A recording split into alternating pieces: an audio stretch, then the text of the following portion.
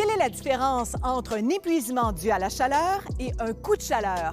La paramédic Isabelle Jutras répond à notre question. Dans les deux cas, on retrouve une déshydratation chez la personne.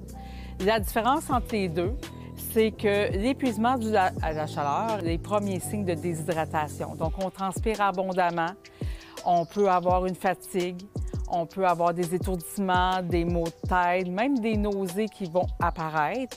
Ça reste que notre corps est encore capable de réguler sa température et pouvoir transpirer pour justement combattre la chaleur ambiante. Les signes et symptômes du coup de chaleur, c'est des signes qui font en sorte que la personne est complètement déshydratée. Il n'y a plus de possibilité de transpirer.